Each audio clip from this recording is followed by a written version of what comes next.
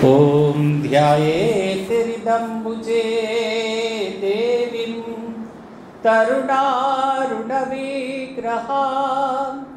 वरावयकरां शान्तं स्मितोत्फुल्लमुखाम्बुजां स्थलपद्माप्रतीकाश पादाम्भोजसुशोभनां शुक्लाम्बरधरां धीरां लज्जापटविभूषितां प्रसन्नां धर्मकामार्थ मोक्षदामेश्वमङ्गलां स्वनातवामभागस्थां भक्तानुग्रहकारिणीम् ॐ ऐं ह्रीं सर्वदेवदेवीश्वरूपिण्यै श्री शारदा देव्यै नमः। শ্রী ভগবানের অশেষ ইচ্ছায় আমরা আবার সমবেত হয়েছি শ্রী শ্রী মায়ের কথা থেকে পাঠ এবং আলোচনার উদ্দেশ্য নিয়ে। আমরা পড়ছি শ্রী শ্রী মায়ের কথার দ্বিতীয় খণ্ডে সবচেয়ে দীর্ঘতম স্মৃতিচারণ স্বামী অরূপানন্দজি মহারাজের কথা। আজকের আলোচনা যেখান থেকে শুরু হবে, পরদিন সকাল 8টা-9টার সময় মায়ের উঠোনে তরকারি কোটা হইতেছিল। কুসুম প্রভৃতি ভক্ত মেয়েরা তরকারি কুটিতেছিলেন। ভানুপিসি নিকটে দাঁড়াইয়াছিলেন। আমি বাড়ির মধ্যে গিয়া শুনিলাম ভানুপিসি বলিতেছেন, কুসুম দিদি, তোমরা তো ভর্তি হয়ে গেছ, তাই মুখে কথাটি নাই। কুসুম বললেন, কুসুম অত শত জানে না। মা পাশ দিয়ে যাইতেছিলেন, শুনিয়া বলিলেন, ভর্তি হলে কি হবে? ভর্তি হলে তো উপচে পড়বে, স্বভাব বদলাতে তো হয়। এইবারে পরের কথা। মায়ের বাড়িতে প্রথম দিকে যখন সবাই যেতেন, আপনারা দেখবেন মা একাই কুটনো কুটছেন, মা সবার কুটনো একাই কুটতেন, এরকমটি আমরা দেখেছি। মায়ের সংসার যত বড় হতে থাকলো তত অনেকে মাকে রান্নার কাজে সাহায্য করতে আসতো, কারণ মা অসুস্থ হয়ে গেছিলেন। আগে যখন দক্ষিণেশ্বরে ছিলেন তখন ঠাকুর, নরেন ইত্যাদি ভক্তরা নিজেদের জন্য যাবতীয় কুটনো কোটা, রান্না করা সমস্ত কিছু মা একসঙ্গে করতেন। তার সঙ্গে দীর্ঘ সময় ধরে জপ ধ্যান করতেন, ঠাকুরের পরিচর্যা করতেন, ঠাকুরের গায়ে তেল মাখিয়ে দিয়ে আসতেন। কখনো কখনো তোলা জলে ঠাকুরকে বারান্দায় স্নানও করিয়ে দিয়েছেন, স্নান করিয়ে কাপড় চোপড় পরিয়ে দিয়েছেন। তারপরে সেসব জায়গা পরিষ্কার করে, স্নানের জায়গা, খাবার জায়গা পরিষ্কার করে ঠাকুরকে খেতে দিয়েছেন। বাসনও মাজতেন। কখনো কখনো কেউ কেউ সাহায্য করতে আসতেন। প্রথম দিকে যারা সাহায্য করতেন এসেছিলেন তারা প্রত্যেকেই খুব অল্প বয়স্ক ছিলেন। এরপরে গোলাপমা, যোগিনমা যখন এলেন তখন তারা প্রত্যক্ষভাবে সাহায্য করতেন। সবার পক্ষে সাহায্য করা সম্ভব ছিল না। জয়রামবাটিতে মা যখন তার দিন শুরু করেন, সেই সময়টায় মায়ের ভাইয়ের বউরা সব খুব ছোট ছিল। মাকে একাই সব কাজ করতে হতেন। স্বামী সত্যকামানন্দজি মহারাজ ছিলেন আশুতোষ মিত্র আশু মহারাজ, স্বামী ত্রিগুণাতীতানন্দজি মহারাজের ছোট ভাই, তিনি মাকে সাহায্য করতেন। পরবর্তীকালে যত মানুষজনের পক্ষে জয়রামবাটি যাওয়া সম্ভব হতো ততই তারা গিয়ে মায়ের সেবা বলতে ওই কাজটি করতেন। এখনও অনেকে আসেন যারা মায়ের সেবা বলতে ওই সবজি টবজি কাটা, এই সমস্ত নানা কাজে সাহায্য করেন। আমরা দেখেছি বারাসাত মঠে স্বামী কৈলাসানন্দজি মহারাজ যখন মন্ত্র দীক্ষা দিতেন তার কতগুলো শর্ত ছিল। তার শর্ত এই যে যেখানে দীক্ষা হয়েছে সেই জায়গা অথবা কাছাকাছি কোনো রামকৃষ্ণ কেন্দ্রে দুবেলার মধ্যে একবেলা গিয়ে জপ ধ্যান করতে হবে, ঠাকুরের সামনে বসে ঠাকুরকে জপ ধ্যান করে দেখাতে হবে। 2 হচ্ছে আর্থিক সাহায্য করা, যে কেন্দ্র থেকে এসেছে নিজের সামর্থ্য অনুযায়ী। আর 3 হচ্ছে কায়িক পরিশ্রম করা। আমরা কৈলাসানন্দজির অনেক শিষ্যকে দেখেছি, যখন আমরা ছিলাম সেখানে তারা এসে ঝাঁট দিতেন, মুছতেন, সপ্তাহান্তে এসে ফ্লাওয়ার ভাস মাজতেন, আমাদের সঙ্গে তেঁতুল দিয়ে ফ্লাওয়ার ভাস মাজতেন, তাদের দেখেছি কাজ করতে। অনেক আশ্রমে, দিল্লির ভক্ত আছে এরা জানেন, এদের এখানে স্বেচ্ছাশ্রম দেওয়া হয় রবিবার দিন, সবাই পরিষ্কার পরিচ্ছন্ন করে, সব কিছু করে। ভানু পিসি দাঁড়িয়ে দাঁড়িয়ে বলছেন এগুলো সব কথা। ভানু পিসি তখন অনেক বয়স হয়ে গেছে। কুসুম দিকে বলছেন, কুসুম কুসুম দিদি তোমরা তো ভর্তি হয়ে আছো, তাই মুখে কথাটি নাই। কুসুম বলিলেন কুসুম অত শত জানেন না। তিনি কনফার্ম করছেন, আমরা যখন কাউকে প্রশংসা করি না, তুমি কত কি জানো, কই আর আমি তেমন কিছু জানি না। দেখুন এক্স্যাক্ট আমাদের সংসারে যা আছে তাই আছে। মা ঠাকুর বলছেন এবার ভর্তি হলে কি হবে, ভর্তি হলে তো উপচে পড়বে, স্বভাব বদলাতে হয় তো হয়। আমরা যদি নিজেদের ভেতরে, যেমন যে নদীর ভেতরে নাব্যতা কম, সেই নদীতে যখন বৃষ্টির জল আসে তখন সে ধরে রাখতে পারে না, দুকুল প্লাবিত করে। এই দামোদর, আমাদের এখানে কাছাকাছি দামোদর আছে, দামোদর নদীতে একেবারে নাব্যতা কম, সেই কারণে যখনই বৃষ্টি হয় দামোদর নদীতে জল ছেড়ে দেয় তখন দুকুল প্লাবিত হয়ে যায়। এই কয়েক মাস আমরা যাওয়ার পরে, এপ্রিল মাসের পরে দামোদর নদীর ওপর যে ব্যারেজ, সেটার উপর যে রাস্তাটা সেটা সারানো হচ্ছিল, ফলে দামোদর নদী বন্ধ করে, একদিকে রাস্তা বন্ধ করে আরেকদিকে নদী খাতের মধ্যে দিয়ে রাস্তা তৈরি করে দেওয়া হয়েছে। মানে এতটাই গভীর, এতটা কম নিচু জায়গা যে তার মধ্যে দিয়ে রাস্তা করা গেছে। গাড়ি আমাদের এই 3 মাস ধরে 11ই জুলাই অবধি ওই দামোদর নদীর ওপর দিয়ে আমরা এলাম, দামোদর নদীর ওপর দিয়ে আমরা চলে এলাম।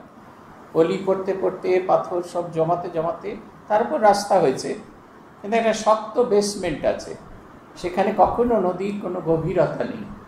বলছেন তাই যে ভেতরটা যদি, আমার ভেতরটা যদি উদার না হয়, আমার ভেতর যদি গভীর না হয়, তাহলে ঈশ্বরের যতই কৃপা আসুক না কেন আমি সেটা ধারণ করতে পারবো না।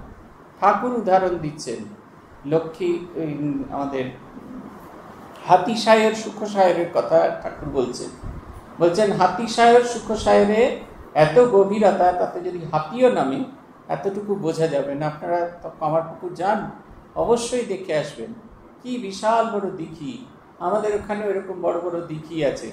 জমিদাররা মানুষের কল্যাণের জন্য এই সমস্ত দিঘি কাটাতেন, যাতে বর্ষার জল যাতে ভর্তি হয় আর নিচের যে জলস্তর সেটা যাতে উন্নত হয়। আমাদের ওখানে বিশাল বড় বড় দিঘি আছে। শালতোড়ে, আমাদের তো বাঁকুড়া আপনারা জানেনই, রুক্ষ অঞ্চল, খুব খরা হয়, বৃষ্টি কম, মাত্র একবার মাত্র ফসল, এক ফসলই, সব এক ফসল, আশ্রমের জমির এক ফসলই, কারণ অত জল নেই, তাই যে চাষ করবে। মাছের চাষ আমরা বড় একটা করতে পারি না, বর্ষাকাল ছাড়া অন্য কোনো সময় মাছের চাষ করা যায় না। অথচ নদী টদীগুলো একবারে একদম ভরে থাকে। আমাদের পাশ দিয়ে বয়ে যায় শালী নদী, অন্তঃসরীরা, উপর দিয়ে জল দেখা যায় না, শালী নদী। সেই শালী নদীর জল আমরা খাই, বোরিং করে শালী নদীর ভেতর থেকে জল তুলে নিয়ে এসে পুরো গ্রাম, রামহরিপুর গ্রাম, ওই অঞ্চলে গঙ্গাজল ঘাটি অবধি সব জায়গায় জল সাপ্লাই করা হয়। ওই যে ভেতরে জল আছে, সেই কারণে যতই তার উপর জল পড়ুক না কেন সে সেই জলকে শুষে দেবে। ঠিক সেই রকম আমাদের ভেতরটা যদি গভীর না হয়, যতই ভগবানের উপদেশ, যতই ভগবানের বাণী দেওয়া হোক, সেটা উপচে পড়ে যাবে, আমরা ধারণ করতে পারবো না। পূজ্যপাদ লোকেশ্বরানন্দী আমাদের মজা করে একটা কথা বলতেন। উনি লীলা প্রসঙ্গ বলতে আসতেন বলরাম মন্দিরে। বলরাম মন্দিরের যে মেইন গেট, তার ঠিক উল্টো দিকে তখন একটা, এখন আর নেই, তখন একটা ছোট্ট সিগারেট বিক্রি হওয়ার জন্য একটা গুমটি ঘর মতো ছিল। আর সেই গুমটি ঘরের বাইরে সিগারেট ধরানোর জন্য একটা নারকেল দড়িতে, মোটা সেই পাটের দড়ি, তাতে সেই একটু আগুন দেওয়া থাকতো। সবাই সেই আগুনটা নিয়ে যখন সিগারেট ধরাতো তখন সেটা একটু আগুন বেরোতো। মহারাজ বলতেন, একজন জিজ্ঞেস করেছিলেন, মহারাজ আপনি যে এত কথা বলেন মনে রাখতে পারি না কেন? মহারাজ খুব মিষ্টভাষী তো, আমার মতো কটুভাষী নন, মিষ্টভাষী ছিলেন। বলছিলেন আসলে কি জানো, ওপর থেকে যখন নিচে নামলে তখন খানিকটা বেরিয়ে যায়, তারপরে বলরাম মন্দিরের দরজা পেরোলে আবার বেরিয়ে যায়, আর যেটুকু থাকে উল্টো পাড়ে। তিনি প্রশ্ন করেছিলেন, প্রশ্নকর্তা একজন পুরুষ, উল্টো পাড়ে গিয়ে যখন ওই সিগারেটের দোকানে গিয়ে সিগারেট একটা কিনলে, আর আগুন লাগানোর পর পো করে টেনে খু করে ছাড়ছি, রিং ছাড়ছি, যেটুকু ভাবছিল সবটুকু বেরিয়ে গেল। আমাদের অবস্থাটা ঠিক সেই রকম। পাওয়ার অফ রিটেনশন, এটা থাকাটা খুব জরুরি। ফর দি টাইম বিং আমাদের কান্নাকাটি কত কি হয়, কিন্তু আমাদের এই যে দীর্ঘ সময় ধরে জপ ধ্যান করতে পারি, সেই ভাবনা চিন্তা আসে না। একজন দিদিমণি এসেছিলেন আমার কাছে, বলছিলেন তার কিছু কিছু অনুভব হয়, এবং সেই অনুভবগুলো তার ছেলেপুলেকে বলতে গেলে তারা হাসাহাসি করে। এটা থেকে কি করে পরিত্রাণ হবে? আমি জিজ্ঞেস করলাম কতক্ষণ জপ ধ্যান করেন, যে সময়টুকু জপ ধ্যান করেন তাতে অনুভূতি হওয়ার কথা না, কিন্তু যেটা হয় উনি যেটা বলতে চাইছেন সেটা অবশ্যই হয়, সে নিয়ে কোনো মিথ্যা নেই, সেটা হচ্ছে আনন্দ হয়। এই আনন্দটা খুব তীব্র হয় বলে সেই আনন্দটাকে উনি কিছু অনুভবের কথা বলছেন। অবশ্যই ঈশ্বরের নাম করা মানে ঈশ্বরকে স্পর্শ করে ফিরে আসা। অতএব ভগবৎ স্বরূপকে, আনন্দ স্বরূপকে স্পর্শ করলে ওটার সেটা হলেও আনন্দ হবে। কিন্তু আমার ভেতরে সেটাকে ধারণ করার ক্ষমতা না থাকে, আমি 5 জনকে বলে বেড়াবো। এই সেদিনকে একজন আমাকে বলছিলেন তিনি রাত্রের স্বপ্নে শ্রী মাকে দেখেছেন। আমি বারণ করেছি তাকে, কথা আমাকেও যেন না বলে। প্রত্যেকের আপনাদের প্রত্যেকের কিছু না কিছু অনুভব হয়েছে, হয় স্বপ্নে হয়েছে, হয়তো জাগরণে হয়েছে, কিন্তু এগুলো কখনো প্রকাশ করবেন না। সেগুলোকে যত চাপতে থাকবেন, যত নিজের ভেতরে রাখতে পারবেন, দেখবেন আপনি আরও বেশি সমৃদ্ধশালী, আরও উচ্চতর ধারণাকে পাবেন। তারপর তিনি মানুষের ভেতরে পরিবর্তন, ঈশ্বরের কৃপা আসছে কেমন করে আমরা বুঝবো? তার স্বভাবটি বদলে যাবে।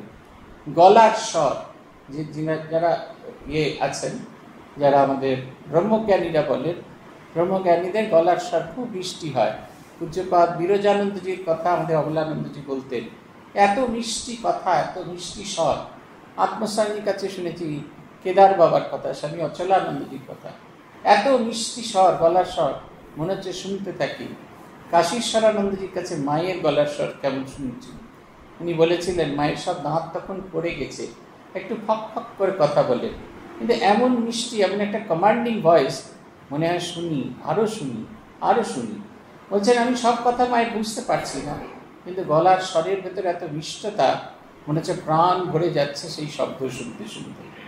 এই যে স্বভাবের পরিবর্তন হয়ে যায়, যত আমরা ভগবৎ সমীপে আসি তত আমাদের স্বভাব বদলাতে থাকে। এই মানুষকে দেখলে তখন বোঝা যায় তার ভেতরে ঈশ্বরের কৃপা বইছে। তারপরের দিন সকালেই আমরা রওনা হইব। ভোরে বাড়ির মধ্যে গিয়া দেখি মা ভিজা কাপড়ে উঠানে দাঁড়াইয়া আছেন। কাপড় ছাড়িলে মাকে প্রণাম করিয়া আমি বিদায় লইলাম, বলিলাম আবার আসব। অতুল স্কুলের ছেলের মতো বলিল, মনে রাখবেন। ঘাটালের সেবা কার্য শেষ করিয়া পয়লা পৌষ আমি পুনরায় জয়রামবাটি রওনা হইলাম। অতুল বহু দূর অব্দি এসে সঙ্গে আসাইয়া পথ দেখাইয়া দিল। সন্ধ্যার কিছু পূর্বে পৌঁছাইয়া দেখি মা তাহার ঘরের বারান্দায় পা মেলিয়া হাঁটুর জন্য বাতের ওষুধ দিচ্ছেন। আমি প্রণাম করিয়া বসিলাম ও জিজ্ঞাসা করিলাম, এ আবার কি ওষুধ দিচ্ছ? মা বলিলেন, এ একজন বলেছিল এই পাতা বেটে দিতে, সমস্ত দিন খাওনি, চেহারা দেখিয়াই বুঝিয়াছিলেন। আমি না বলায় বলিলেন, পথে মিষ্টি টিষ্টি কিছু খেলে না কেন? রামজীবনপুরে দোকান আছে। এই দেখুন, এর মধ্যে দুটো জিনিস চোখ বন্ধ করলে যে স্মৃতিটা, যে ছবিটা আমাদের সামনে এসে ওঠে। মা বসে আছেন বারান্দায়, টিম করছে, আলো জ্বলছে, পাতা বাটা দিয়ে সেই পায়ে ব্যথার জায়গায় লাগিয়েছে। যে যা বলছে তার মনোরঞ্জন করার জন্যই করছে। আমাদের যেমন কেউ বলে, আমি তো সহজে কখনো ডাক্তার বদল করি না। আমাদের ওখানে একজন হোমিওপ্যাথিক ডক্টর আছেন, তিনি বললেন আমি আপনাকে দেখাশোনা করব। আমি বললাম, যে বদনার কাছে লজ্জা ত্যাগ করেছি সেই বদনার কাছেই লজ্জা ত্যাগ করব। আমি আমার সেবা প্রতিষ্ঠানে ডাক্তার ছাড়া কাউকে দেখাবো না। একদিন ক্রুদ্ধ হয়ে আমাকে তিনি বললেন, অন্তত রোজ একবার করে প্রেশার দেখবার অনুমতিটুকু দেন। আমরা সহজে বদল হই না, কিন্তু মা ঠাকুর দেখুন সবার অত্যাচার সহ্য করেন। আমি দেখেছি আয়ুর্বেদিক ওষুধ খাওয়া, আমি আয়ুর্বেদিক খারাপ বলছি না, কিন্তু যখন বিপদ হলো তখন আয়ুর্বেদিক ডাক্তার আর আমার সঙ্গে থাকলেন না, বললেন ও আপনি সেবা প্রতিষ্ঠানের ডাক্তারের সঙ্গে বোঝাবুঝি করে নিন। যখন বোঝাবুঝি করতে গেলাম তখন দেখলাম অনেক ক্ষতি হয়ে গেছে। সেই কারণে আমরা বদল করি না। কিন্তু মা ঠাকুরনের দেখুন, যে যা বলছে তাতেই মা রাজি হয়েছে। কে বলেছে ওই পাতা বাটা দাও, মা তাতেই রাজি হয়ে গেছেন। ছোট শিশুকে সন্তানের মতো দেখা মাত্র বলছেন, মুখ দেখে বুঝতে পারছেন সারাদিন খেতে খাননি। মা যে দেবী সেটা ছেড়ে দিয়ে ছাড়ুক, মা যে মানবী, এটা হচ্ছে কত বড় গুণ। সন্তানকে মা যেরকমভাবে ভালোবাসে ঠিক সেরকমভাবে মা তাকে দেখেই বলছেন। এদিকে বলছেন আমি কিচ্ছু জানি না, এদিকে রামজীবনপুরে মিষ্টির দোকান আছে সে সম্পর্কে তিনি অবহিতা আছেন। উপেন মহারাজ ঘাটাল হইতে মঠে যাইবার খরচ বাবদ 1 টাকা দিয়াছিলেন। সেই টাকাটা মঠে ফিরিবার সময় প্রয়োজন হইবে ভাবিয়া ব্যয় করি নাই, কিন্তু ভাগ্যে আর কথা বলিলাম না। মা বলিলেন, বসো, আমি ভাত দিই, গরম ভাত হয়েছে। আবার বললেন, যার জগৎ সে দেখবে, তোমাদের ওসবের দরকার নাই। আমার খাওয়া হয় নাই দেখিয়া দুঃখ হইয়াছিল। মা তাড়াতাড়ি ভাত, ডাল, তরকারি আরও কি কি নিজেই আনিয়া দিলেন। খাওয়ার পর পান দিলেন। সন্ধ্যা হইয়া আসিল, মায়ের সঙ্গে কথাবার্তা হইতেছে। এই তো ধ্যানের ছবি। মাকে যদি চিন্তা করতে হয়, মায়ের পদ্মফুলের ওপর কাট হয়ে বসে আছেন, এই চিন্তা করার চেয়ে আমাদের মা লেংচে লেংচে হাঁটছেন। মা যেরকম বলতেন, হ্যাঁ কি আর বলবে, আমাদের মায়ের পায়ে বাদ ছিল আর এমনি এমনি করে হাঁটতো। মা সেই তার এই যে একটু খুঁড়িয়ে খুঁড়িয়ে হাঁটাটা, সেটা নকল করে দেখাতেন। আমাদের মা এমনি এমনি করে হাঁটতেন, সেইটা বলছেন। এই ছবিগুলো জানেন তো ধ্যান করার মতো। মা খেতে দিচ্ছেন, ওখানে অরূপানন্দজি বসেন, আমি খেতে বসেছি, আমারই খিদা পেয়েছে। মাই সেই শালপাতার ইয়েতে অনেকটা করে ভাত বেড়ে দিয়েছেন, ডাল দিয়েছেন, তরকারি দিয়েছেন। অতন্দ্র দৃষ্টিতে, তার স্নেহভরা দৃষ্টিতে আমার দিকে তাকিয়েছেন। আমি খাচ্ছি আর মায়ের কৃপা আমার উপর ঝরে পড়ছে। এই যে স্মৃতিটা, এই যে ছবিগুলো, এগুলো যত আমরা দেখি তত আমাদের ভেতরে মাকে ধ্যান করাটা অনেক বেশি সহজসাধ্য হয়ে যায়। আমরা অনেক সহজে মাকে ধ্যান করতে পারি। মায়ের মানবী রূপটি, ভগবান আমাদের মাঝখানে মানুষের মতো এসেছিলেন, তার একটাই উদ্দেশ্য ছিল যে আমার আর তার মধ্যে যেন কোনো ফারাক না থাকে, কোনো যেন আলাদা কিছু না থাকে। আলাদা কিছু নেই বলে তাকে গ্রহণ করাটা আমাদের এত বেশি সহজ। কিন্তু এই ছবি টবি হয়ে গিয়ে আর ইদানিং সব সারদা সরস্বতী করতে গিয়ে গোষ্ঠী ষষ্ঠী পুজো করে দিয়েছে। মাকে আর আমরা মা বলে ভাবি না। আমরা যখন ছোট ছিলাম, মায়ের ঘরেতে কাঁচ ছিল না, এমনকি ব্যারিকেডও ছিল না। ব্যারিকেড ছিল, এটা খুলে দিলে মায়ের ঘরে স্বচ্ছন্দে ঢোকা যেত, মায়ের পায়ে মাথা রেখে প্রণাম করা যেত, মার পায়ে ফুল দেওয়া যেত, কত কী ছিল। তারপরে সময় বেঁধে দেওয়া হলো। তারপরে আমরাও তো শয়তান, মায়ের কাপড়ের আঁচল থেকে খানিকটা অংশ কাঁচি দিয়ে কেটে নিয়ে এসেছিল কোনো ভক্ত। ফলে প্রথম ব্যারিকেড পড়লো, তখন পেট ঝুলিয়ে মাকে প্রণাম করতে হতো। এখন যেহেতু মায়ের ঘর এসি করেছে, তাই উপর থেকে নিচ অব্দি কাঁচ, মা ওপারে কাঁচের ওপারে এপারে আমরা, কিন্তু প্রার্থনা বয়ে চলেছে মায়ের কাছে। মা বলছেন, উপেন মহারাজ একটি টাকা দিয়েছিলেন, একটা টাকা, খুব হিসাবপত্র দিতে হয় আমাদের, 1 পয়সায় পাস করা যায় না। আমার মনে আছে, রিলিভ করে ফিরছি, যা টাকাটা পয়সা দিয়েছিল তার মধ্যে বেলুড় স্টেশন থেকে বেলুড় মঠ আসার জন্য কোনো পয়সা দেয়নি। ফলে আমি যখন নামলাম, আমার কাছে কিচ্ছু টাকা নেই বেলুড় স্টেশনে। তখন সেই কাঁধে ব্যাগ আর বগলে সেই হোল্ডারটা নিয়ে এই ছোট্ট ছোট্ট পায়ে চলতে চলতে ঠিক পৌঁছে যাব, ওই করে বেলুড় স্টেশন থেকে বেলুড় মঠ এসে পৌঁছলাম। আমাদের মঠেও একজন মা ছিলেন, তপন মহারাজ, দয়া রূপানন্দজি। তিনি আমাকে দেখেই বললেন, তোমার খুব খিদে পেয়েছে। আমি আসি, সকালে খেয়েছি আর খাই পেয়েছে, যা যা ছিল পড়তি ঝর্তি। আজকে পড়তে পড়তে এই কথাগুলো মনে পড়ছিল, পড়তি ঝর্তি সব কিছু দিয়ে খেতে দিলেন। যে মা বলছেন না, স্বভাব বদল হয়ে যায়। এই যে ভগবানের কৃপা আসছে, সাধু সে এসেছিলেন সাধু হতে, তার ভেতরে ওই যে মায়ের যে মাকে চিন্তা করতে করতে ভাবতে ভাবতে এই সেবা পরায়ণতা এটা এসে যাচ্ছে। মা বলছেন, তোমাকে দিয়ে বলছেন, যার ভাবনা সে ভাবুক, তোমার অত ভাবার দরকার নেই। অন্তর্যামিনী মা একটা টাকা ছেলে কেন খরচা করেনি সেটা অনুভব করেছেন। মা বলছেন, তোমাকে দিয়ে ঠাকুর অনেক কাজ করিয়ে নেবেন। এই তো ঘাটালে তোমরা এসেছিলে, কত লোককে দিলে, কত লোকের উপকার হলো।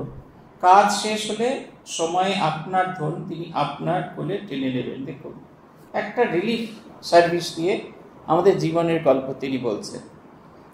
আমরাও তার কাছে এসেছি ওই আমাদের জীবন থেকে, আমাদের জীবনের যে বেদনা, তার থেকে রিলিফ পেতে। একবারে এছাড়া আমাদের আর কারণ কিন্তু আর কোনো উদ্দেশ্য ছিল না। জীবনের কোনো একটা জায়গায় অপূর্ণতা ছিল, সেই অপূর্ণতাটাকে পূর্ণ করার জন্য আমরা ভগবানের কাছে আসি, এবং ভগবানের কাছে আসি এবং ভগবান তার কৃপা দিয়ে আমাদের অপূর্ণ জীবনটি পূর্ণ করেন। আবার যখন পূর্ণতা হয়ে যাবে, আবার আমরা যে যার জায়গায় ফিরে যাব, আবার তার চরণে লীন হয়ে যাব, বা যদি কর্মফল থাকে সেই কর্মফল অনুযায়ী নতুন জীবন প্রাপ্ত হবে। কিন্তু আমরা সবাই তার কাছে আলটিমেটলি ফিরে যাব, এটাই হচ্ছে কথা। এই যে কদিনের চেনাশোনা, একটা কাজেই সব কিছু শেষ হয়ে যাবে না। এই ঘাটাল রিলিফ বলছেন, উদাহরণ দিচ্ছেন, ঘাটাল রিলিফে এলে তোমরা কত লোককে কত কি দিলে, তারপরে জল শুকিয়ে গেল, মানুষ সাধারণ জীবন যাপন করলে, আবার তোমাকে যেরকম মঠে ফিরিয়ে নিচ্ছেন, ঠিক সেই রকম কাজ অন্তে তিনি তোমাকে তার মধ্যেই ফিরিয়ে নেবেন। আমি বলছি, কেন ঠাকুরের দেখা পাই না? মা বলছেন, পাবে পাবে, সময় হলেই পাবে। ললিত চ্যাটার্জি, ললিত আমার এমন কথা কখনো বলতো না। বলতো, কেন ঠাকুরের দেখা পাই না? তার ভাব, তিনি আপনার জন্য যখন হোক দেখা পাবই। এটা হচ্ছে খুব বড় জিনিস। আমার আপনার লোক, আমি দেখা পাবো বলে আমার তো মাথা ফাটাফাটি করার দরকার কি? তিনি আমায় ঠিক দেখা পাবেন, দেখা দেবেন, দেখা না দিয়ে পারবেন না।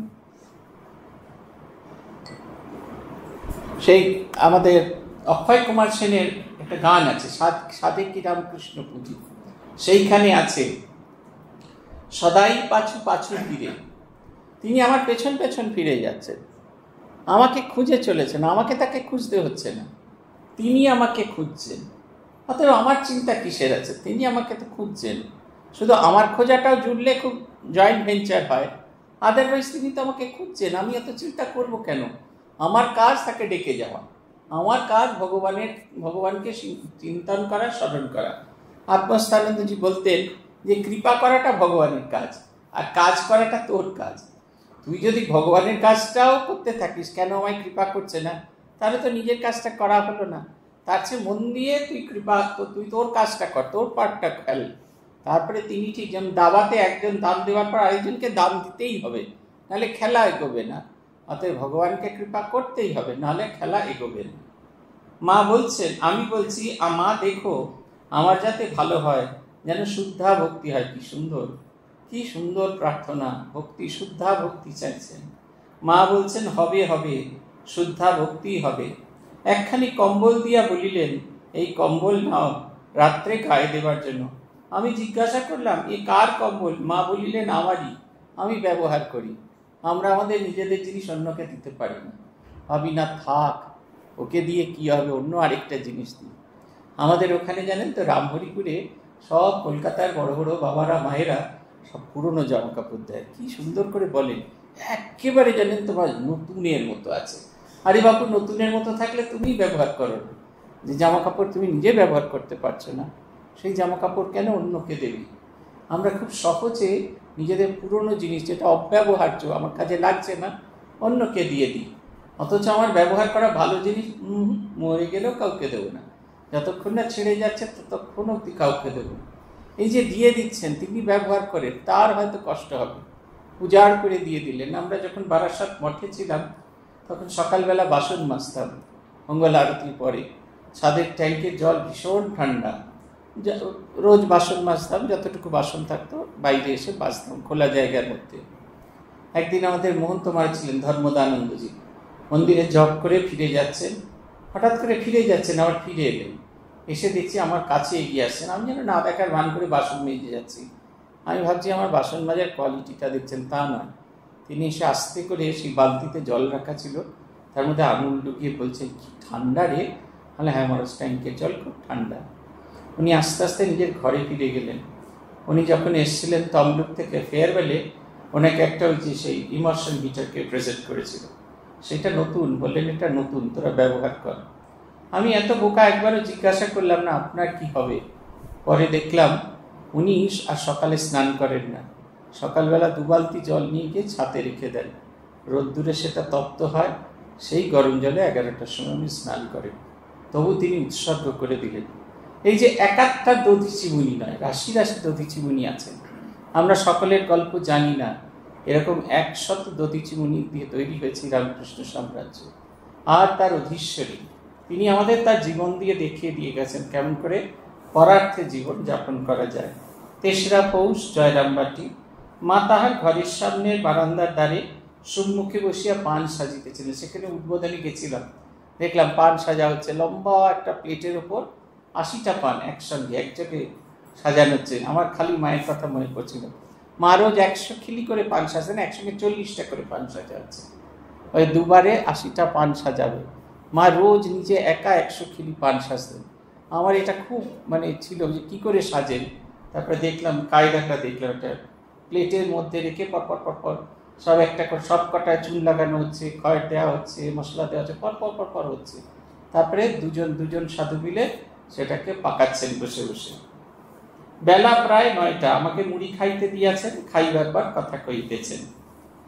আমি, মা এবার অনেক বেশি দিন রেখো না। মা বললেন, থাকতে ইচ্ছা না হয় আমার সঙ্গে যাবে, সময় হলে অর্থাৎ দেহান্তে সকলে অর্থাৎ সব ভক্ত যাবে। আমি বললাম, ঠিক যেন মনে থাকে। মা বলছেন, সে তো বললুম, তোমাকে এসে সঙ্গে নিয়ে যাব। এই দেখুন একটা কত বড় আশ্বাসের কথা। মাকে বলছেন যে মা বেশি দিন রেখো না। মা বলছেন, কেন বেশি দিন থাকবে, সময় হলে যাবে, নাহলে আমার সঙ্গে যাবে। এই যে দেখুন কি অদ্ভুত একটা আমাদের জন্য কি কনভিকশন, আমাদের জন্য কি বড় একটা আশ্বাস তিনি দিচ্ছেন যে আমাদের যখন শেষ সময় আসবে তিনি আসবেন, হাত ধরে তিনি সঙ্গে করে নিয়ে যাবেন। আমাদের এই জীবনটা বৃথা যাবে না। ভগবতী নিজে স্বয়ং সম্মুখে আশ্বাস দিচ্ছেন, সম্মুখে আমাদের আশ্বস্ত করছেন।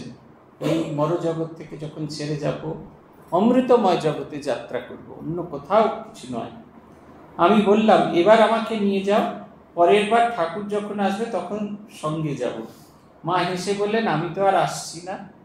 আমি বললাম, তুমি আসো আর না আসো, তুমি আসো আর না আসো, আমি আসবো, আমার আসতে ইচ্ছা আছে। মা বললেন, তুমি তখন হয়তো আর আসতে চাইবে না।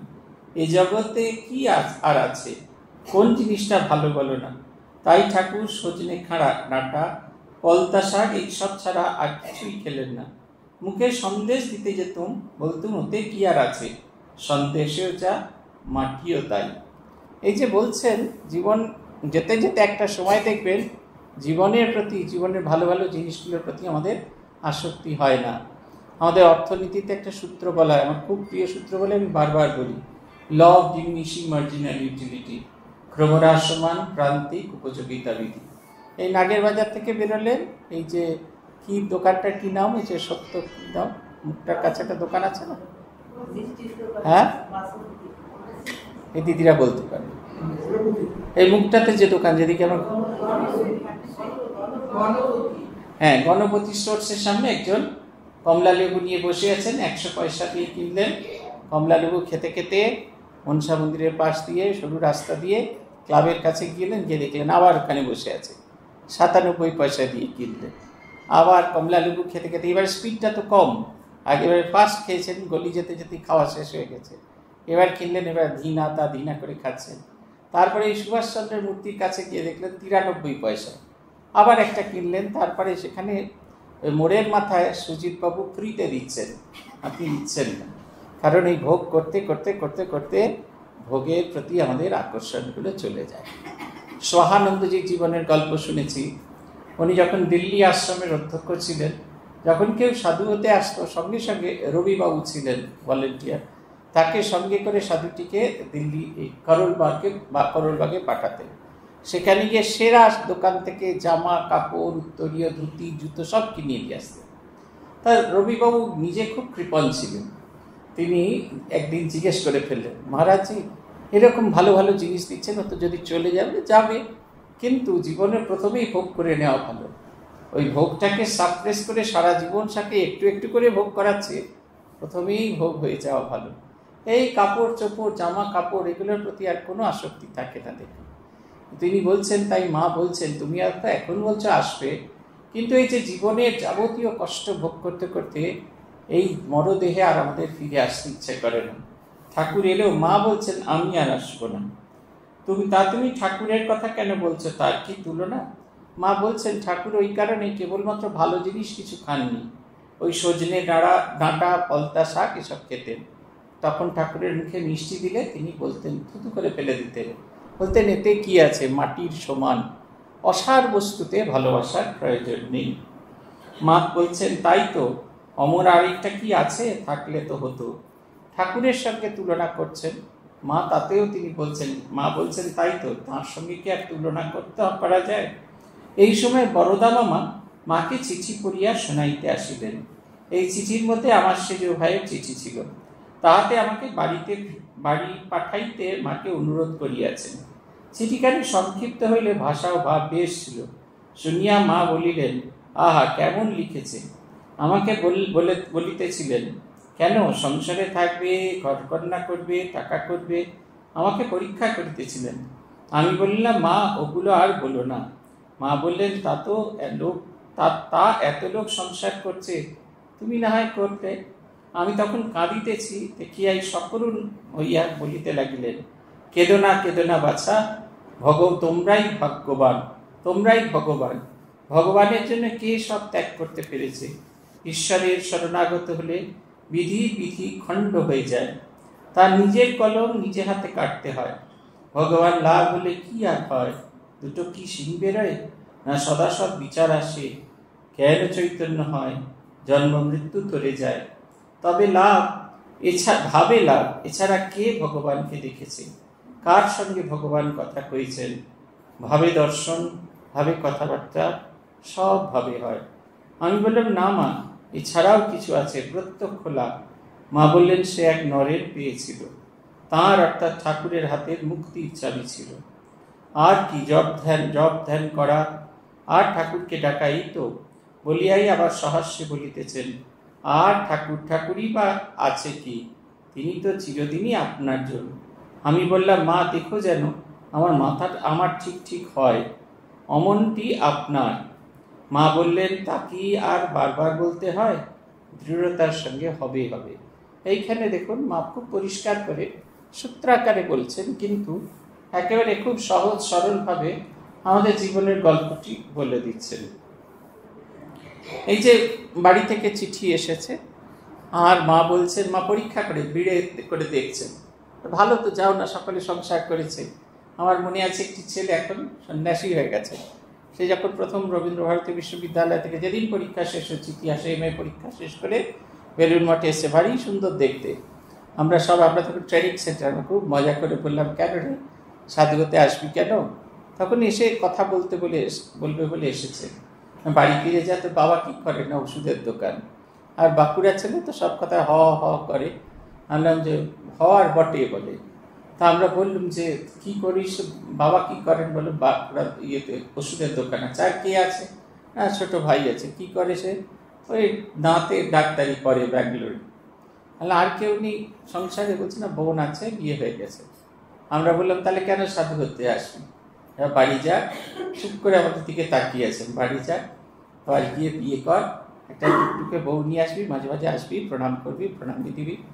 আর সেই পরে যখন সাধু হতে এলো, তখন তো আবার আমাদের সঙ্গে দেখা। তখন সে তার বন্ধুদের বলছে, এই মহারাজগণ ভালো নয় বটে, এদের থেকে খুব দূরে থাকতে হয়। এটা আমাদের সকলের জীবনের লক্ষ্য। আমাদের আত্মসাধী খুব মজা করতে, যা ঘরে খুব ভালো, কি সুন্দর বিছানা পেতে দেবে, চাদর পেতে দেবে, বাইরে থেকে এলে ভিজে গামছা মুখের কাছে ধরবে মুখ মোছার জন্য। কত আরাম রে, রাত্রে ঘুমিয়ে পড়লে হাত পা টিপে দেবে, সব করে দেবে, যা থাকবে যা। মহারাজ এসব করে মজা করতেন। কিন্তু সেগুলো কাটিয়ে যারা আসতে পারে, তারা অবশ্যই ভগবানের প্রিয়জন। আপনারা এই যে এসছেন ভগবানের কাছে, কজন আসতে পারে এরকম? আমরা সন্ন্যাসীরা শুধু আমাদের কথা বলছি না, আপনাদের কথা বলছি। ভগবানের কাছে আসা মানে তো শুধুমাত্র ঘর ছেড়ে আসা নয়। আপনাদের যে আত্মীয় পরিজন, আপনাদের চেনা পরিচিতি ছেড়ে আপনারা আসছেন। কত কি তো করতে পারতেন, সারা সন্ধ্যাটা বসে সিরিয়াল দেখতে পারতেন, কুটকচালি করতে পারতেন ফোনে, কত রকমের সেলাই বানাই করতে পারতেন, কিচ্ছু করতে আসেনি। রাত্রে ফিরে যে যাবেন, অটো যে পাবেন, টোটো যে পাবেন, তার নিশ্চয়তা নেই। না পেলে খানিকটা রাস্তা হেঁটে, খানিকটা রাস্তা টোটোয়, নানা রকম কষ্ট স্বীকার করে যেতে হবে। তবু কেন আসছেন? ভগবানকে ভালোবাসেন বলে আসছেন। এটা হচ্ছে ভগবানের কৃপা। ভগবান আকর্ষণ করছেন, তিনি ডাকছেন, আর তাঁর আহ্বান। তিনি তো বলছেন, ওরে তোরা কে কোথায় আছিস সে আয়। আমরা কয়েকজন মাত্র শুনতে পাই, সবাই শুনতে পাই না। মথুরানাথ খানিকটা মূর্খ ছিলেন। 3 দিন বাদে যখন ঠাকুর ওপরে উঠে বললেন, কে কোথায় আছিস আয়, মথুরানাথ ভুলে গেছেন। মথুরানাথ জিজ্ঞাসা করছেন, বাবা তুমি যে লোকজনকে ডাকলে, কই কেউ তো এলো না। যদি কেউ আসে তাকে নিয়ে আসো, মাথায় করে তুলে রাখবো। আর যদি কেউ না আসে, আমি তোমার 100 ভক্তের কাজ করব। ঠাকুর হাসছেন, বুঝছেন এই আহ্বান অনাদিকালের জন্য, কোনো একটা বিশেষ সময়ের জন্য শেষ হবে না। মা তাই বলছেন যে ঈশ্বরের শরণাগত হলে বিধির বিধান খণ্ডন হয়ে যায়। ভগবান যে বিধান দিয়েছেন সেটিও খণ্ডন হয়ে যায়। বিধির বিধানকে তার নিজের কাটতে হয়। আমরা দেখেছি একটি ছেলে এখন খুব বড় স্কুলের প্রিন্সিপাল। তারা দুই ভাই রামকৃষ্ণ মিশনে পড়াশোনা করেছেন। ছোট্ট শহর কাটিহার, সেখানে তারা বড় হয়েছেন। কাটিহার স্কুলে পড়েছেন, নরেন্দ্রপুরে পড়েছেন। তারপরে ভাই দাদা চাকরি করে বিয়ে থা করে চাকরি করেছেন, ছোট ভাই কিছুদিন চাকরি করে সাধু হতে এসছেন। তার মা নিজে রামকৃষ্ণ মিশনের অনুরাগিনী এবং তাঁরই ইচ্ছাতে ছেলেপুলেরা স্কুলে পড়ছে। তিনি বলছেন, আমি যদি জানতুম তোরা এরকম চাকরি বাকরি ছেড়ে ঘর বাড়ি ছেড়ে এসে সাধু হবি, মরে গেলেও তোদের রামকৃষ্ণ মিশনের ধারে কাছে যেতে দিত না। এখন অবশ্য সে কথা বলেন না। Now she is a very proud mother. তিনি এইটা বলছেন, এই যে এই বিধির বিধান একরকমভাবে আমরা প্ল্যান করে এসেছি। আমার ছেলে মাধ্যমিক পাস করবে, মাধ্যমিকে ভালো র্যাঙ্ক করবে, উচ্চ মাধ্যমিকে পাস করবে, ভালো র্যাঙ্ক করবে, তারপরে একটা সময় চাকরি বাকরি করবে, বউ ছেলে মেয়ে হবে, সব হবে। আমাদের একটা ভাবনা চিন্তা প্ল্যানিং তার থেকে ছিটকে বেরিয়ে যাচ্ছে। আবার অনেক ছেলেরা আছে যারা বিয়ে থা করে না, ভগবানের নামেতে রয়েছে। এরকম তো অনেকে আছে। আমাদের বাবা মার যে প্ল্যানিং থাকে সেই প্ল্যানিংয়ের বাইরে চলে গেছি আমরা। কীরকম একটা অন্য রকমের জীবনযাপন করা হচ্ছে। এগুলো সবটুকু ভগবানের কৃপা, তাকে ধরে। কারণ শেষ জীবনটা তো একা। গার্নার থমসন বলে একজন ভদ্রলোক এসেছিলেন। তিনি কলেজে সাইকোলজি পড়াতেন, মেডিকেল কলেজে। ভারতবর্ষে এসেছিলেন তিনি করতে, শ্রীরামকৃষ্ণ এবং বিবেকানন্দ সম্পর্কে জানতে। একজন ভদ্রলোক নিয়ে এসেছিলেন বেলুড় মঠ দেখাতে। আমরা তখন হেডকোয়ার্টার্সে, তখন সন্ধে হয় সব পাবলিক এন্ট্রি বন্ধ হয়ে গেছে। আমরা ওই কারণে আমাদের খুব সুবিধা হয়েছিল ধীরে ধীরে গোটা বেলুড় মঠ একটু একটু করে দেখানো। স্বামীজির ঘরের সামনে গিয়ে এসে একবারে ঝরঝর করে কাঁদছেন। বিয়ে থা করেননি, শুধুমাত্র এই মানুষ এবং মানুষের ভেতরে যে আত্মতত্ত্ব এই খুঁজতে সেই সুদূর ইংল্যান্ড থেকে এসেছিলেন, বহুবার এসেছিলেন। এই পরশু দিন আমাকে মেসেজ করেছিলেন তার লাং ক্যান্সার হয়েছে। তার তো ভাই বোন আত্মীয় স্বজন ছেলে বউ কেউ নেই, বিয়ে করেননি, একাকী থাকবেন ভেবেছিলেন, শুধু মানুষ করার কাজ করবেন বলেছিলেন। তিনি বলছেন আমাকে, আমার কি ধারণা ভুল হয়েছিল, এই শেষ জীবন শেষ সময় বড় একাকী। বললো না, একাকী কেন, একবারে খ্রিশ্চান, আর্ডেন্ট খ্রিশ্চান। আমি বললাম সবসময় জানবেন প্রভু যিশু আপনার সঙ্গে আছেন, শ্রীরামকৃষ্ণ আপনার সঙ্গে আছেন। এই ভাবনাগুলো ছেড়ে দিন। শরীর তো একটু, উনি নিজে মেডিকেল কলেজের ছাত্র, পড়াতেন, অধ্যাপক। আর আপনি তো নিজে জানেন শরীরটা একটা সময় সম্পূর্ণ নষ্ট হয়ে যাবে, কিন্তু মনটায় যেন শরীরের কোনো ছাপ না পড়ে। উনি লিখছিলেন রাত, ওদের তখন আমাদের এখানে অনেকখানি রাত, ওদের তখন তো রাত নয়। লিখছিলেন, আমি ভারী ভরসা পেলাম আপনার কথা শুনে। আমার কয়েকদিন ধরে মন খারাপ হচ্ছে, এত মৃত্যু দেখেছি চোখের সামনে, কখনো মৃত্যুকে ভয় পাইনি, নিজের এই একটু একটু করে চলে যাওয়া দেখে ভয় পাচ্ছি। কি হবে? আমি আপনার শরীর চলে গেলে আপনার শরীরটাকে নিয়ে কে কী করবে সে ভেবে আপনার কী লাভ? ও দেশে সরকার সাহায্য করবে, তারা ফিউনারাল করবে, সমস্ত কিছু। হ্যাঁ, হয়তো মাটির তলায় যাওয়া হবে না, হয়তো গ্যাস চেম্বারে যেতে হবে, উঠতে হবে। শরীর চলে গেলে যাবে, আর কী করা যাবে? যেটা ছেড়ে গেছি সেটা নিয়ে তো ভাবনা নেই। আমি ভাবছিলাম এই গার্নার থমসনের মতো তো এরকম অনেক ছেলেপুলে আছে যারা পরিবার করেনি, সংসার করেনি। কে দেখবে তাদের? এই কনভিকশন, এই বিশ্বাসটা যেন থাকে যে ঠাকুর আমাদের ঠিক ঠিক দেখবেন। বলছেন এই যে তাঁর দর্শন, ঈশ্বরের শরণাগত হলে বিধির বিধান চলে যায়। কেমনভাবে তাকে দর্শন করা যায়? বলছেন ভাবে লাভ। এছাড়া কে ভগবানকে দেখেছে? কার সঙ্গে ভগবান কথা কইছে? ভাবে দর্শন, ভাবে কথাবার্তা, সব ভাবে হয়। পূজ্যপাদ গম্ভীরানন্দ মহারাজ খুব প্রাইভেট পার্সন ছিলেন। আমাদের যেমন আপনারা সহজে কিছু বলতে পারছেন, ওনাকে বলাটা খুব কঠিন ছিল। ওনাকে গিয়ে কেউ জিজ্ঞেস করেছিলেন যে আপনি শ্রী শ্রী মায়ের দর্শন পেয়েছেন কিনা। গম্ভীরানন্দজি মহারাজের যে বই, সেটা দেখলেই আপনারা, পড়লেই আপনারা বুঝতে পারেন অবশ্যই তার শ্রী শ্রী মায়ের দর্শন হয়েছিল, নাহলে এরকম ছবি আঁকা যায় না। তিনি বললেন, প্রথমে বললেন লিখে দাও না, তারপরে আবার শিবককে ডেকে পাঠালেন।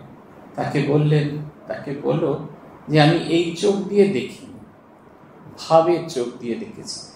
আর এক জায়গায় গম্ভীরানন্দজি মহারাজের নিরাকার সমাধি বা ইষ্ট অনুভূতি, সেটির কথা বলছিলেন। তিনি বলছিলেন যে আমি মনে করেছি, আমি অনুভব করেছি সেই বিরাট স্বরূপের ভেতরে আমি আছি।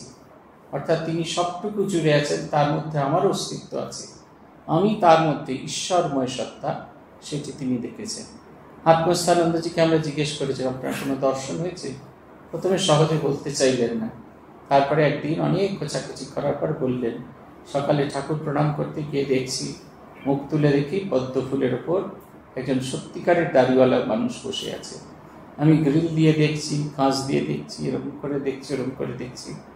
অনেকে তখন ভাবছে যে আমি কি দেখছি, কিন্তু আমি সবসময় দেখলাম একজন দাড়িওয়ালা মানুষ বসে আছে। আমি আর কি করি, আবার করে প্রণাম করে আমি দেখছি সবাই আমাকে দেখছেন।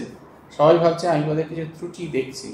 তা নয়, আমি তো গ্রিলের ভেতরে পদ্ম ফুলের ওপর একটা মানুষকে বসে থাকতে দেখছি। আমি প্রণাম করে ফিরে গেলাম। এটাকে যদি তোমরা দর্শন বলো তাহলে দর্শন, আর যদি বলো মাথা খারাপ হওয়া তাহলে মাথা খারাপ হওয়া। যেটা শাস্ত্র বলছে ওই রকম চোখেতে দেখা আধিকারিক পুরুষ ছাড়া হয় না। আমরা যেটা দর্শন করতে পারি, আপনারাও সাধন ভজন করে যেটা দর্শন করতে পারেন, সেটা হচ্ছে অনুভব হওয়া। ঈশ্বর আনন্দ স্বরূপ, সেই আনন্দ সঞ্চারিত হয়। এটা একেবারে খুব সত্য, এটা ভীষণ রকমের সত্য।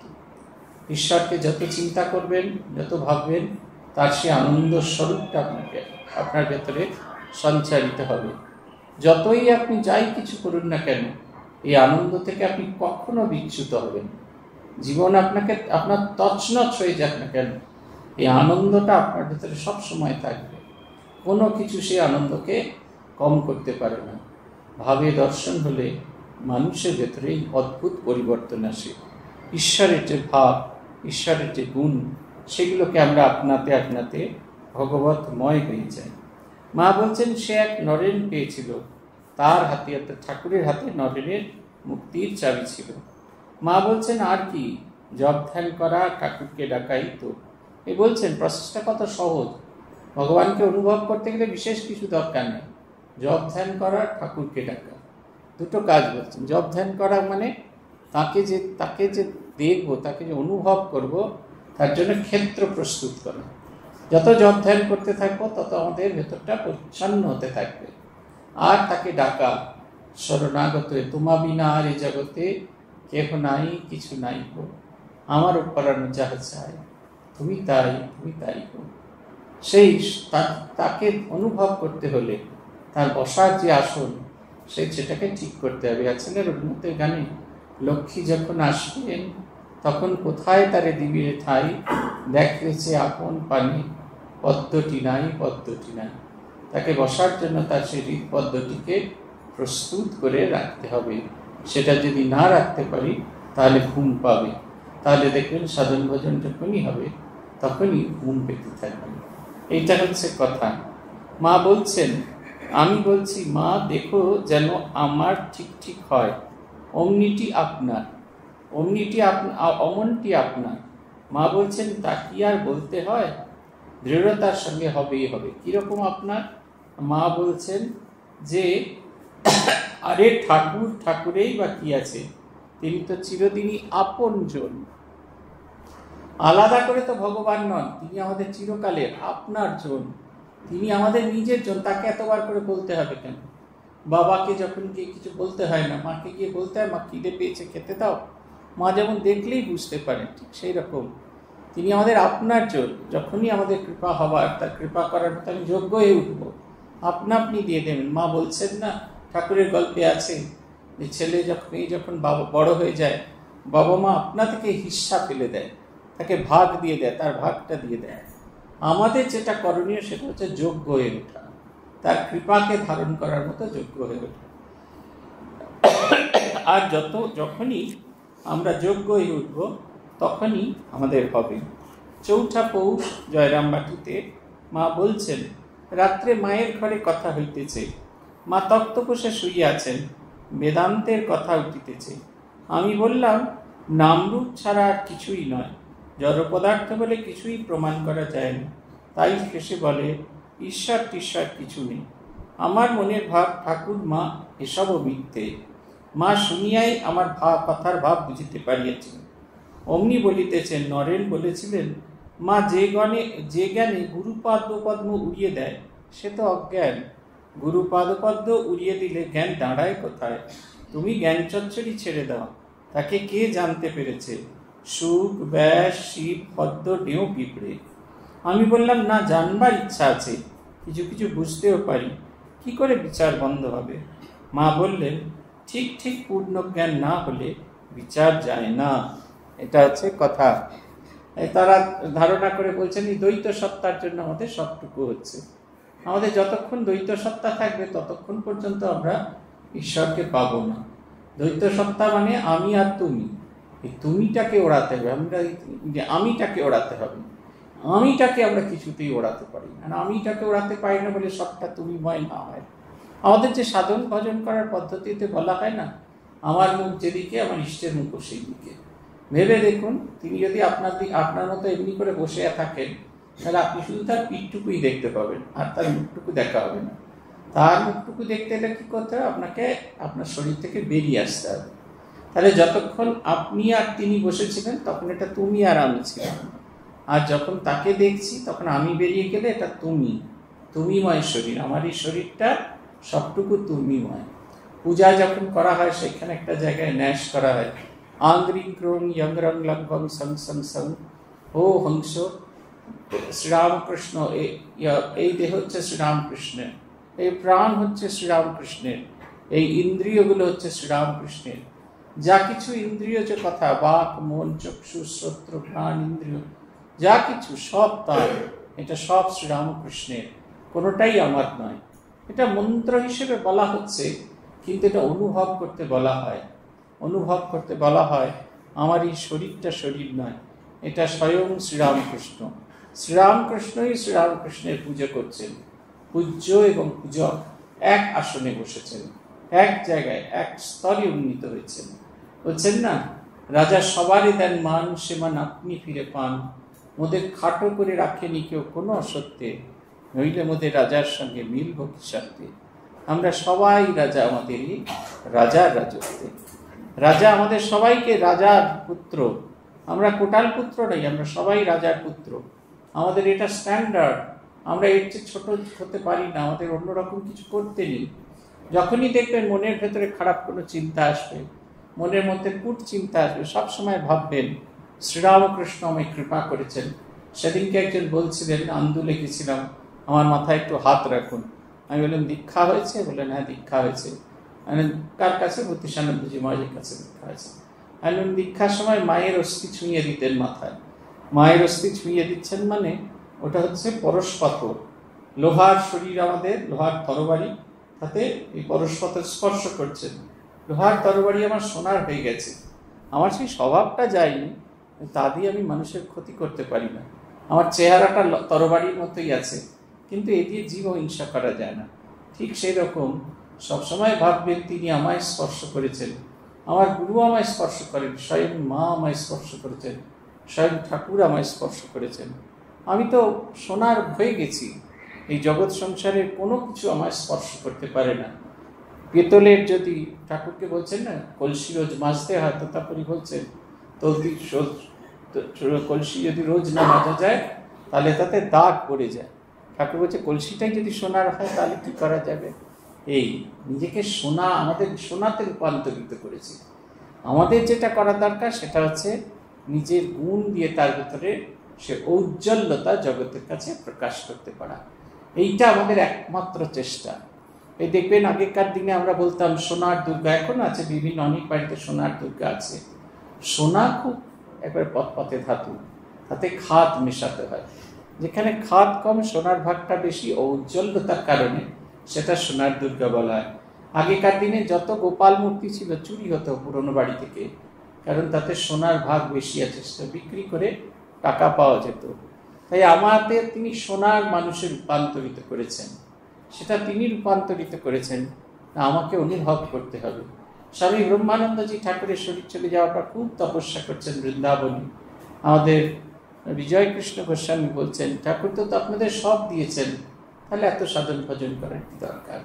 তিনি বলছেন যে বুঝে নিতে হবে না, বাবা যে সম্পত্তিটা দিয়েছেন, যে আধ্যাত্মিক সম্পদ, স্পিরিচুয়াল হেরিটেজ আমাদের গুরু মারফত পরম্পরায় আমরা পেয়েছি, যে উচ্চ অধিকার আমরা পেয়েছি, তার অধিকারী হয়ে উঠতে হবে। এটাই আমাদের জীবনের সাধন। বলছেন তুমি জ্ঞান চচ্চড়ি ছেড়ে দাও, সাধন ভজনের দিকে যেটা পাওয়া গেছে তাতেই দেখো। তাতে কি হবে বলছেন যে না জানবার ইচ্ছা আছে, কিছু কিছু বুঝতেও পারি, কি করে বিচার বন্ধ হবে? এই যে জানবার ইচ্ছা আছে, কিছু কিছু বুঝতে পারি, অথচ আমাদের যে সন্দেহটা এটা যায় না। সন্দেহ কখন যায় না, যখন যায় ঠিক ঠিক পূর্ণ জ্ঞান না হলে বিচার যায় না। যতক্ষণ না পর্যন্ত আমরা ছাদে উঠতে পারি ততক্ষণ পর্যন্ত আমরা বিশ্বাস করি না যে সত্যি সত্যি ছাদে ওঠা যায়। আপনারা সবাই কম বেশি কেদার বদ্রী যাত্রা করেছেন, আপনারা দেখেছেন যাত্রাপথ কত কঠিন, কি সুগম, সবসময় দুর্গম, সবসময় একটা ভয় থাকে, বোধহয় পৌঁছতে পারবো না, বোধহয় পৌঁছতে পারবো। কিন্তু যখন উঠে যান তখন মনে মনে ভাবেন ভগবানের কি কৃপা। দেখো তখন ভগবানের কৃপা আমরা অনেক সময় ভুলেও যাই, ভাবি কি সুন্দর, আমি দেখলেন তো সবাই বলছিল উঠতে পারবো না, উঠে গেছি। তাঁর কৃপা অনুভব করতে হয়। এই আনন্দটা তখন, যখন পূর্ণ আনন্দ, যখন দর্শন করি তখন সে পূর্ণ আনন্দ, তার আগে অব্দি সন্দেহ থাকে। আমরা অমরনাথ যাত্রা করেছিলাম 17 জন সাধু একসাথে, 14 জন সাধু, 3 জন স্বেচ্ছাসেবক। আমরা অমরনাথ যাত্রা করেছিলাম। ভীষণ রকমের সমস্যা। প্রথম দিন যেদিন পেহেলগাঁও গিয়ে পৌঁছলাম, এত বৃষ্টি হলো আমাদের যাত্রা বাতিল হয়ে গেল। পেহেলগাঁও থেকে একবারে ধরে ধরে মিলিটারি ধরে ধরে বাসে তুলে আমাদের পাঠানো হলো বিভিন্ন জায়গায়। আমরা ফিরে এলাম শ্রীনগরে। শ্রীনগরে যখন নামছি, পেহেলগাঁওতে যখন আছি, অঝোরে বৃষ্টি পড়ছে, জামা কাপড় সমস্ত ভিজে গোবর হয়ে গেছে, অথচ শ্রীনগরে খটখট করে রোদ্দুর। আমরা 2 দিন শ্রীনগর ঘুরে অবশেষে পেহেলগাঁও হয়ে সেই দিনই যাত্রা করলাম পঞ্চতরণী, এই শেষনাগ হয়ে যাত্রা করে দিলাম। অনেক রাত্রিরে গিয়ে শেষনাগে গিয়ে পৌঁছলাম। পাহাড়ে যে হ্যাজার্ড সমস্ত কিছু আমরা সহ্য করেছি। অমরনাথে গিয়ে পৌঁছে দেখি অনেক লোক আছে, বিশাল লাইন দাঁড়িয়ে। অমর গঙ্গায় স্নান করে আমরা একটু একটু করে প্রস্তুত হচ্ছি। কেউ বলছেন গলে যাবে, কেউ বলছে কিছুই দর্শন হবে না, কেউ বলছে নিরাকার দর্শন হবে। ওপাশ থেকে যারা নেমে আসছে তাদের কাছ থেকে গিয়ে গিয়ে নিচের দিকে বেসমেন্টে খবর নিচ্ছি আমরা, বলছেন সেরকম কিছু দেখার নেই। আমরা টুকটুক টুকটুক করে তার নাম জপ করতে করতে উপরে উঠলাম। গিয়ে এক অপূর্ব মূর্তি, 4 ফুটের শিবলিঙ্গ আছেন, আর তার গলায় একটা হলুদ রঙের কসমসের মালা পরানো রয়েছে। অপূর্ব সুন্দর, কি যে সুন্দর দেখাচ্ছে কি বলবো। দূর থেকে দাঁড়িয়ে আছি গ্রিলের পাশে, দেখছি ওপাশ থেকে একটা ঠান্ডা হাওয়া আসছে, যেন সত্যি সত্যি শিবস্বরূপ এসে আমাদের সকলকে আলিঙ্গন করছেন। আমার তো অনুভব কম, ভাবটাও কম। দেখছি কেউ কাঁদছে, কেউ গান গাইছে। আমাদের বিভাতমানন্দ যিনি নাচছিলেন ওখানে গিয়ে, সবাইকে দেখছি পাগলের মতো আচরণ করছেন। 17 জন 17 রকম আচরণ করছেন, কেউ তার নিজের ভাবের মধ্যে নেই। অদ্ভুত এক আনন্দের স্পর্শ সকলকে স্পর্শ করেছে, আনন্দময় হয়ে গেছে। এই আমরা যারা বিচার করতে করতে এতটা রাস্তা দিয়ে আসছি, সারা রাস্তা সিকিউরিটি গার্ডের সাথে ঝগড়া করছি, আমাদের সব একসঙ্গে ঢুকতে দিতে হবে, 3 জন 3 জন করে যাবো না, কত ঝগড়াঝাটি করছি। আমরা যখন ওখানে গেলাম বাক্যহারা নিস্তব্ধ হয়ে। কেউ দেখেছেন বিরাট বড় 21 ফুটের অমরনাথ, কেউ দেখেছেন 20 ফুটের অমরনাথ, আমরা 4 ফুটের অমরনাথ দেখেছি। অপূর্ব সেই দৃশ্য, মনে হচ্ছে আমাদের 20 ফুট দরকার নেই, তিনি যে কৃপা করে ওইটুকু রূপ আমাদের দেখিয়েছেন তাতে আন্ডির হয়ে গেছি। আমরা সমস্ত রাস্তা ফিরে এলাম, যেমন যাওয়ার সময় চল কল কল পল পল করতে করতে যাচ্ছিলাম, উপর থেকে আমরা ফিরে এলাম ভীষণ ক্ষুধার্ত। সেই সকালে শেষনাগ থেকে খেয়ে, পঞ্চতরণী থেকে খেয়ে বেরিয়েছি, তখন প্রায় 3:30 বাজে, কিচ্ছু খাওয়া হয়নি। কারুর ক্ষুধা বোধ হচ্ছে না, কারুর তৃষ্ণা বোধ হচ্ছে না। নিঃশব্দে একে একে ওপর থেকে আমরা নামতে শুরু করেছি। এক অদ্ভুত যাত্রা, এক অদ্ভুত আনন্দ। সারা রাত ওই প্রচণ্ড ঠান্ডায় নিচের ঘরে শুতে পারছি না, কিন্তু মন জুড়ে রয়েছে সেই আনন্দের স্পর্শ। এটা হচ্ছে ক্ষণিকের। মাতাই বলছেন যে যখন দর্শন হবে, পূর্ণ জ্ঞান হবে, তখন আর বিচার থাকবে না। পূর্ণ জ্ঞান, ওই যেটা দিয়ে শুরু করেছিলাম, ভরে যাবে। আমার ভেতরটা যত গভীর হবে, যত ঈশ্বরের কৃপা আসবে, তাতে আর কোথাও মলামাটি থাকবে না, তার কৃপার বাড়িতে সেটা পূর্ণ হয়ে যাবে। এইটির জন্য আমাদের নিরন্তর চেষ্টা করতে হবে। আজ এই পর্যন্ত। ওম প্রণতানাম প্রসীদত্বম দেবী বিশ্বাতিহারিণী त्रैलोक्यवासिनामित्ये लोकानां वरदाभव। ओम शांति ओम शांति ओम शांति। हरि ओम तत्सत्। শ্রীরামকৃষ্ণার্পণমস্তু।